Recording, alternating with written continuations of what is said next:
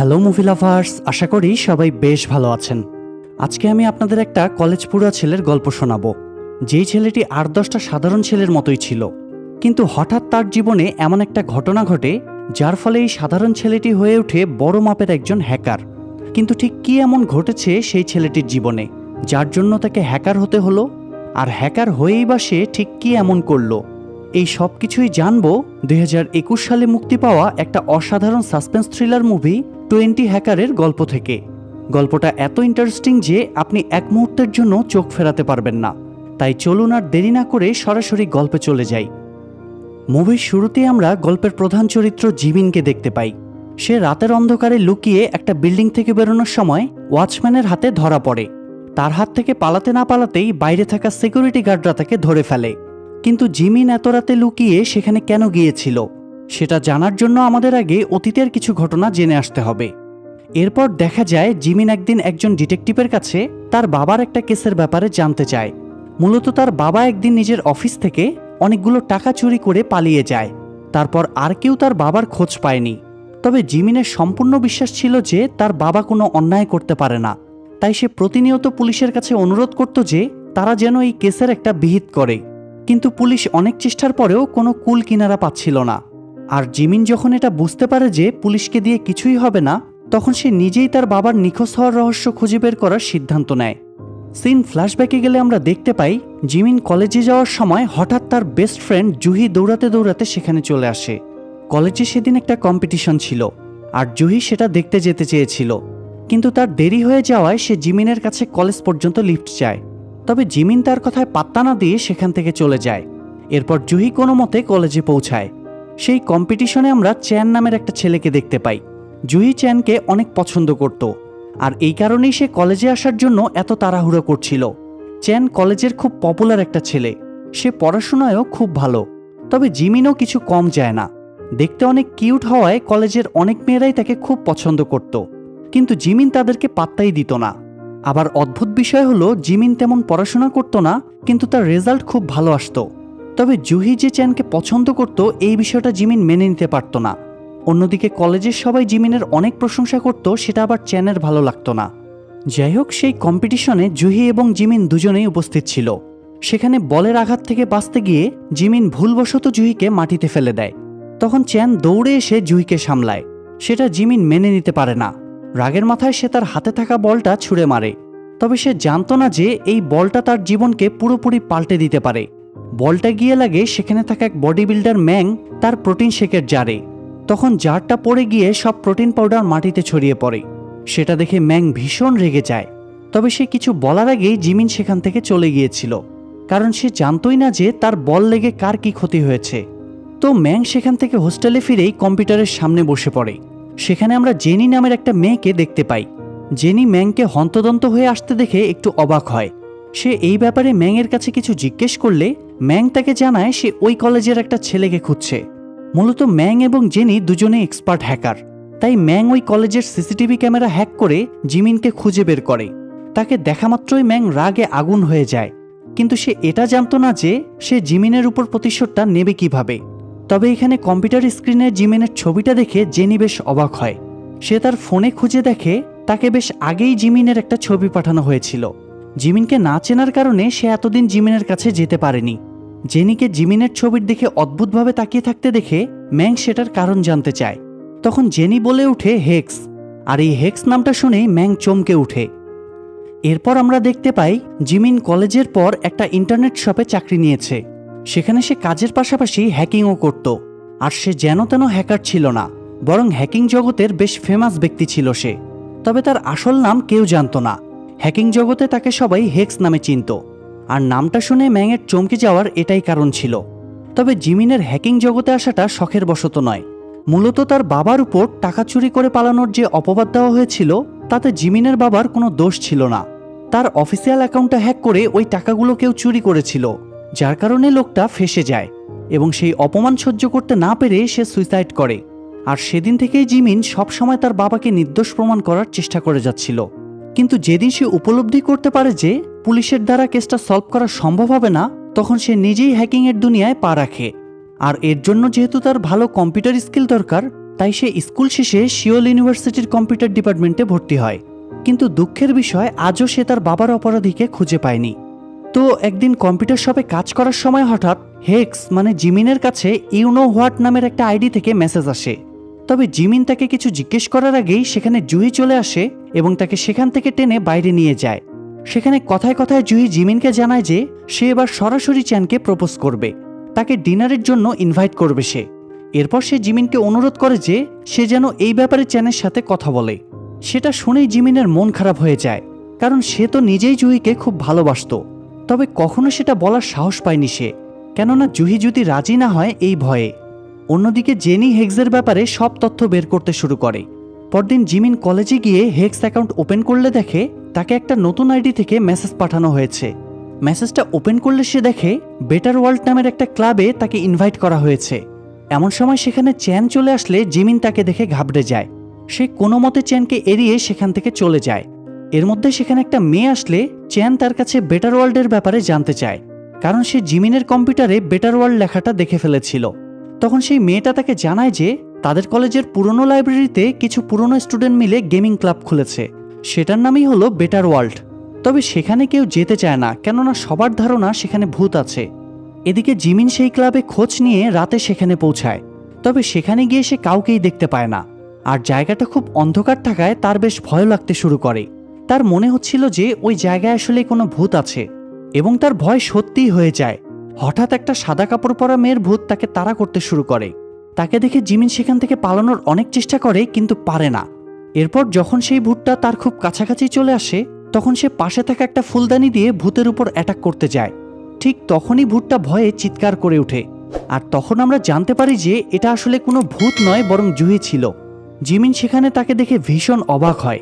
জুহির কাছে এই ব্যাপারে জানতে চাইলে জুহি বলে যে তাকেও মূলত ইনভাইট করা হয়েছে, তবে এর থেকে বেশি সে কিছুই জানতো না। তো এরপর তারা দুজন মিলে খুঁজতে শুরু করে যে সেখানে আর কাউকে পাওয়া যায় কিনা। তখন আমরা দেখতে পাই সেখানে আরও দুটো মেয়ের ভূত ঘুরে বেড়াচ্ছে। তার মানে কি জায়গাটা আসলেই ভুতুরে? এদিকে জিমিন আর জুহি খুঁজতে খুঁজতে ভুলবশত একটা রুমের ভেতর গিয়ে হুমড়ি খেয়ে পড়ে। সেখানে তারা জেনি আর ম্যাংকে দেখতে পায়। তখন ম্যাংয়ের কাছ থেকে তারা জানতে পারে যে সেখানকার ওই ভূতগুলো আসলে অপটিক্যাল ইলিউশন, আর এগুলো ম্যাংই বানিয়েছে যাতে তাদের টিমে জয়েন করা লোকগুলো ভূত কিনা সেটা বোঝা যায়। তো সেখানে ম্যাং জিমিন আর জুহিকে তাদের ক্লাবের ব্যাপারে সব কিছু বুঝিয়ে বলে। মূলত তারা হোয়াইট হ্যাকার ছিল। হোয়াইট হ্যাকার তাদেরকেই বলা হয় যারা কোনো ভালো কাজের জন্য হ্যাকিং করে, আর যারা কারো কোনো ক্ষতি করার জন্য হ্যাকিং করে তাদেরকে বলা হয় ব্ল্যাক হ্যাকার অথবা ডার্ক হ্যাকার। ম্যাং তাদের দুজনকে বোঝায় যে তাদের উদ্দেশ্য হলো পৃথিবীটা আরও উন্নত এবং সুরক্ষিত বানানো, এজন্যই তাদের ক্লাবের নাম বেটার ওয়ার্ল্ড। জুহি সেসব শুনে ভীষণ অবাক হয়। সে জেনিদের জানায় যে তার তো এই বিষয়ে কোনো আইডিয়াই নেই, তাহলে তাকে কেন ডাকা হয়েছে। তখন জেনি তাকে বলে তারা মূলত জিমিনকে চায়, আর জুহিকে ডাকা হয়েছে জিমিনকে সাহায্য করার জন্য। জুহি জানতো না যে জিমিনও একজন হ্যাকার, তাই সে বলে ওঠে হয়তো জেনিদের কোনো মিসআন্ডারস্ট্যান্ডিং হচ্ছে, কেননা জিমিন তো একটা বোকাশোকা ছেলে, ও এসব কিভাবে জানবে। তবে জেনি তার কথায় পাত্তা না দিয়ে জিমিনকে তাদের দলে জয়েন করতে বলে, কিন্তু জিমিন তাতে রাজি হয় না, কারণ তার বাবার ওই ঘটনার পর তার মা তাকে বুঝিয়েছে যে হ্যাকাররা খুব খারাপ হয়। এখানে আমাদের মনে প্রশ্ন উঠতে পারে তাহলে জিমিন কেন হ্যাকিং করছে। উত্তরটা হলো সেও জানতো যে হ্যাকিং খারাপ, কিন্তু বাবার অপরাধীকে খুঁজে বের করার জন্য বাধ্য হয়ে সে এই খারাপ কাজটাকে বেছে নিয়েছে। ম্যাং তখন তাকে বোঝানোর অনেক চেষ্টা করে যে তারা তো কোনো খারাপ কাজ করে না, কিন্তু জিমিন কোনোভাবেই মানতে রাজি হচ্ছিল না যে হোয়াইট হ্যাকার নামেও কিছু আছে। এরপর যখন সে সেখান থেকে চলে যেতে শুরু করে, তখন জেনি তাকে জানায় যে তারা জিমিনের বাবার অপরাধীকে খুঁজে বের করতে তাকে সাহায্য করবে। সেটা শুনে জিমিন এবার থমকে যায়। তার চোখের সামনে অতীতের সব স্মৃতি ভেসে ওঠে। তার মনে পড়ে যায় কিভাবে তার বাবাকে অফিসে অপমানিত হতে হয়েছিল। এমনকি সে যখন তার বাবার ব্যাপারে জানার জন্য সেখানে যায়, তখন তাকেও প্রচণ্ড মারধর করা হয়। কিন্তু এসব মনে করেও সে জেনিদের কথা মানতে চায় না। এদিকে জিমিন যে একজন হ্যাকার এটা জানার পর জুহির দৃষ্টিভঙ্গি তার দিকে পরিবর্তন হয়ে যায়। সে এতদিন যাকে বোকাশোকা ভাবত, সে যে এত জিনিয়াস সেটা জুহি কখনো কল্পনাও করেনি। অন্যদিকে সেখান থেকে ফিরে জিমিনের কোনো কাজে মন বসছিল না। তার বারবার জেনির বলা কথাগুলো মনে পড়ছিল। তার বস তাকে দেখে বুঝতে পারে যে সে কোনো টেনশনে আছে, তাই সে গিয়ে জিমিনকে বোঝায় তার নিজের মনের কথা শোনা উচিত। জিমিন সেটা নিয়েই চিন্তা ভাবনা করছিল। এরই মাঝে তার কাছে একটা কল আসে। কলটা জেনি করেছিল। তাই জিমিন ফাইনালি গিয়ে তাদের সাথে জয়েন করে। তবে এত কিছুর মধ্যে সে ওই ইউনো হোয়াট নামের আইডিটার কথা ভুলেই গিয়েছিল। কিন্তু কে ছিল সেই লোকটা, আর জিমিনকে মেসেজ করার পেছনে তার উদ্দেশ্যই বা কী, এর উত্তর জানার জন্য আমাদেরকে আরেকটু অপেক্ষা করতে হবে। এরপর সিন শিফট হলে আমরা দেখতে পাই সেদিন বেটার ওয়ার্ল্ড থেকে ফেরার পর জুহি তার বাবার রুমের দরজার পাশে একটা লিফলেট পড়ে থাকতে দেখে। সেটা রিভলভেট কয়েন নামের একটা ফাইন্যান্সিয়াল এজেন্সির লিফলেট ছিল। সেটা দেখে জুহির মনে সন্দেহ জাগে। আসলে ওই এজেন্সির মালিকের সাথে সেদিন জুহির বাবার দেখা হয়, আর লোকটা তাকে কনভিন্স করার চেষ্টা করে যে সে যদি সেখানে ইনভেস্ট করে তাহলে কয়েকদিনের মধ্যেই কোটিপতি হয়ে যাবে। জুহির বাবা প্রথমে রাজি না হলেও পরবর্তীতে লোকটা তাকে ভুলিয়ে ভালিয়ে কনভিন্স করে ফেলে। যাই হোক, জুহি বুঝতে পারে তার বাবা নিশ্চয়ই কোনো ফাঁদে পড়তে যাচ্ছে, তাই সে তৎক্ষণাৎ বিষয়টা জিমিনকে জানায়। জিমিন তখন তাকে আশ্বস্ত করে যে সে বিষয়টা সামলে নেবে। এরপর পরদিন ওই এজেন্সির একটা সেমিনার ছিল। জুহির বাবা সেই সেমিনারে গিয়ে দেখে সেখানে তার মতো আরও অনেকেই এসেছে। এরপর এজেন্সির মালিক তাদেরকে তাদের স্কিমগুলো বোঝায়, আর তারা খুব মনোযোগ সহকারে শুনতে থাকে। লোকটা সবাইকে জানায় যে তাদের এজেন্সিতে টাকা ইনভেস্ট করলে কোনো রকম ঝামেলা ছাড়াই সবাই মুনাফা পাবে। সে তার এজেন্সির আরও অনেক প্রশংসা করতে থাকে, আর সেগুলো শুনে জুহির বাবা ভীষণ খুশি হয়ে যায়। এদিকে সেমিনার চলাকালীন জিমিন আর ম্যাং লুকিয়ে লুকিয়ে সেখানে পৌঁছে যায়। তারা প্রথমে সেখানকার সিসিটিভি ক্যামেরাগুলো হ্যাক করে। এরপর সেই সেমিনারে থাকা কম্পিউটার স্ক্রিনটা হ্যাক করে কিছু সিসিটিভি ফুটেজ দেখাতে শুরু করে, যেখানে ওই লোকটা আলোচনা করছিল যে সে ওই লোকগুলোর টাকা হাতাতে পারলেই দেশ ছেড়ে পালিয়ে যাবে। সে বলছিল ওই লোকগুলো এত বোকা যে এত সহজে তাদের কথা মেনে নিয়েছে। এসব দেখে কোম্পানির মালিক হতবাক হয়ে যায়। সে সেমিনারে আসা লোকগুলোকে বোঝানোর চেষ্টা করে এগুলো সবই মিথ্যে, কেউ ষড়যন্ত্র করে নকল ফুটেজ তৈরি করেছে। কিন্তু সৌভাগ্যবশত এবার তার কথা কেউ মানে না। তারা সবাই সেখান থেকে উঠে চলে যায়। সেটা দেখে জিমিনরা ভীষণ খুশি হয়। তো তাদের মিশন সাকসেসফুল হওয়ার খুশিতে তারা সেদিন একটা বারে পার্টি করতে যায়। সেখানে তারা অনেক গল্পগুজব করে। এরই মাঝে হঠাৎ জুহির কাছে চ্যানের ফোন আসলে সে বাইরে বেরিয়ে কথা বলতে শুরু করে, আর জিমিন তখন মন খারাপ করে তার দিকে তাকিয়ে থাকে। সেটা দেখে ম্যাং একটু অবাক হয়, কারণ সে ভেবেছিল জুহি হয়তো জিমিনের গার্লফ্রেন্ড, আর এই কারণেই তারা জুহিকে তাদের টিমে ইনভাইট করেছিল যাতে দুজনে একসাথে কাজ করতে পারে। তখন জিমিন তাদের জানায় জুহি শুধুমাত্র তার বন্ধু ছাড়া আর কিছুই না। এরপর সেখান থেকে বাড়ি ফেরার পথে জিমিন জুহিকে তার বাড়িতে পৌঁছে দেয়। বাড়িতে ঢোকার সময় হঠাৎ জুহি পা পিছলে পড়ে যেতে শুরু করে। তখন জিমিন গিয়ে তাকে সামলে নেয়। সেই সময় তারা খুব কাছাকাছি চলে আসায় জুহির মনে তখন অদ্ভুত একটা অনুভূতি কাজ করে। তবে সে কোনো মতে নিজেকে সামলে দৌড়ে ভেতরে চলে যায়। আর বাড়ি ফেরার পর জুহির বাবা যখন জানতে পারে যে ওই এজেন্সির রহস্য ফাঁস করার পেছনে জুহি আর জিমিনের হাত আছে, তখন সে খুব খুশি হয়, কারণ তাদের জন্যই আজ সে এত বড় একটা ফ্রডের হাত থেকে বেঁচে গিয়েছে। এরপর সিন শিফট হলে আমরা দেখতে পাই জুহির কথা মতো জিমিন চ্যানের সাথে দেখা করতে গিয়েছে। সেখানে তাদের মধ্যে অনেক কথাবার্তা হয়। তারা স্কুল লাইফ থেকে একসাথে পড়াশোনা করলেও তাদের মধ্যে কখনো তেমন পরিচিতি হয়নি, তাই আজ তারা ভালোভাবে পরিচিত হয়। সেখানে কথায় কথায় চ্যান জানায় যে সে জুহিকে পছন্দ করে এবং তাকে প্রপোজ করার কথাও ভাবছে। বিষয়টা শুনে জিমিন বুঝতে পারে যে তার নিজের মনের কথাটা জুহিকে জানানোর সময় পার হয়ে গিয়েছে। তাছাড়া জুহিও যেহেতু চ্যানকেই পছন্দ করে, তাই জিমিন চ্যানকে প্রপোজ করার জন্য উৎসাহ দেয়। এরপর কথা শেষে জিমিন সোজা তার অফিসে গিয়ে মন খারাপ করে শুয়ে থাকে। এমন সময় হঠাৎ সে ইউনো হোয়াট আইডিটা থেকে একটা মেসেজ আসে। মেসেজটা দেখে জিমিনের মাথায় আকাশ ভেঙে পড়ে, কারণ সেখানে লেখা ছিল যে এই আইডিটার লোকটাই তার বাবার অ্যাকাউন্ট হ্যাক করেছিল। তখন সে ওই আইডিটার ব্যাপারে রিসার্চ করতে শুরু করে। জিমিন তার প্রোফাইলে আজুয়া নামের একটা কোম্পানির ব্যাপারে লেখা দেখে। ইউনো হোয়াট আইডিটা সেই কোম্পানিরই একজন ছিল। তবে আজুয়া নামটা শোনার সাথে সাথেই জিমিনের মনে পড়ে যে জুহির বাবা আবারও একটা নতুন কোম্পানিতে ইনভেস্ট করার প্ল্যান করতে শুরু করেছে। আসলে গতবার যেহেতু জিমিন তাকে বাঁচিয়েছিল, তাই সে এবার আগে থেকেই জিমিনকে আজুয়া নামের কোম্পানিটার ব্যাপারে জানায় যেখানে সে ইনভেস্ট করতে চাইছে, কেননা জিমিন যাতে আগেই সেই কোম্পানির ব্যাপারে ইনফরমেশন বের করতে পারে। জিমিন তখন জুহির কথা ভেবে তার কথায় রাজি হয়ে যায়। তবে এখন ইউনো হোয়াটের আইডিতে ওই কোম্পানির নামটা দেখে সে বুঝে যায় যে এটাও একটা ফ্রড কোম্পানি। তাই এরপর জিমিন বেটার ওয়ার্ল্ড টিমের কাছে গিয়ে সাহায্য চায়, কিন্তু তারা সাহায্য করতে রাজি হয় না।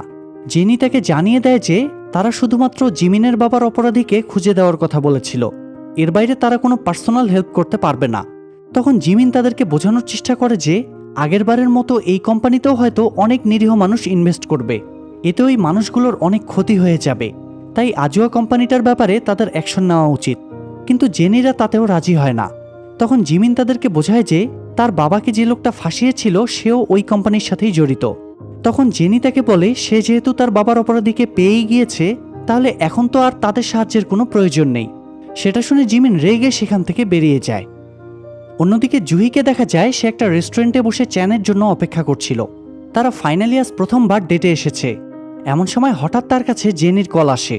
জেনি তাকে জানায় যে জিমিনকে কোথাও খুঁজে পাওয়া যাচ্ছে না। সেটা শুনে জুহি ভীষণ টেনশনে পড়ে যায়।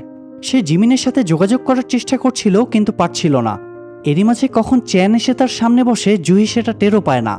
এরপর চ্যান যখন তার সাথে কথা বলতে শুরু করে তখন জুহির হুঁশ ফেরে। সে চ্যানকে জানায় যে জিমিনকে খুঁজে পাওয়া যাচ্ছে না। সেটা শুনে চ্যান একটু বিরক্ত হয়। ডেটে এসে প্রথমেই জিমিনের বিষয়ে কথা বলাটা তার ভালো লাগে না। সে জুহিকে বোঝায় যে জিমিন এখন বাচ্চা নেই, তাই সে নিজের খেয়াল রাখতে পারে। তখন জুহিও তার কথায় সায় দেয় কিন্তু তার মন মানছিল না। চ্যান তার সাথে বিভিন্ন রকম কথা বলার চেষ্টা করে কিন্তু জুহির সেদিকে মনই ছিল না। তার মাথায় শুধু জিমিনের কথাই ঘুরপাক খাচ্ছিল। আর একটা পর্যায়ে সে বাধ্য হয়ে বেরিয়ে যায় জিমিনকে খোঁজার জন্য, যেটা চ্যান সহ্য করতে পারে না। সেখান থেকে বেরোনোর সাথে সাথেই ম্যাংদের সাথে জুহির দেখা হয়। তখন সে ম্যাংদের সাথেই জিমিনকে খুঁজতে বেরিয়ে পড়ে। এদিকে কেউ একজন রাস্তার সিসিটিভি ক্যামেরাগুলো হ্যাক করে জুহিদের উপর নজর রাখতে শুরু করে। তবে লোকটা ঠিক কে সেটা জানা যায় না, কারণ সে মুখে মাস্ক পরা ছিল। অন্যদিকে অনেক খোঁজাখুঁজির পর জুহিরা জিমিনকে খুঁজে পায়।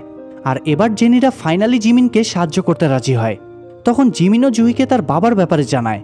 জিমিন জুহিকে বোঝায় যে তাকে তার বাবাকে বাধা দেওয়া উচিত, না হলে বড় কোনো বিপদ হতে পারে।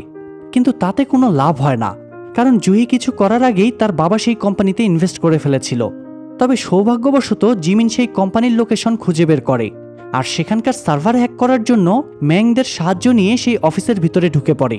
জিমিন অফিসে ঢোকার পর ম্যাং বাইরে থেকে তাকে গাইড করতে থাকে।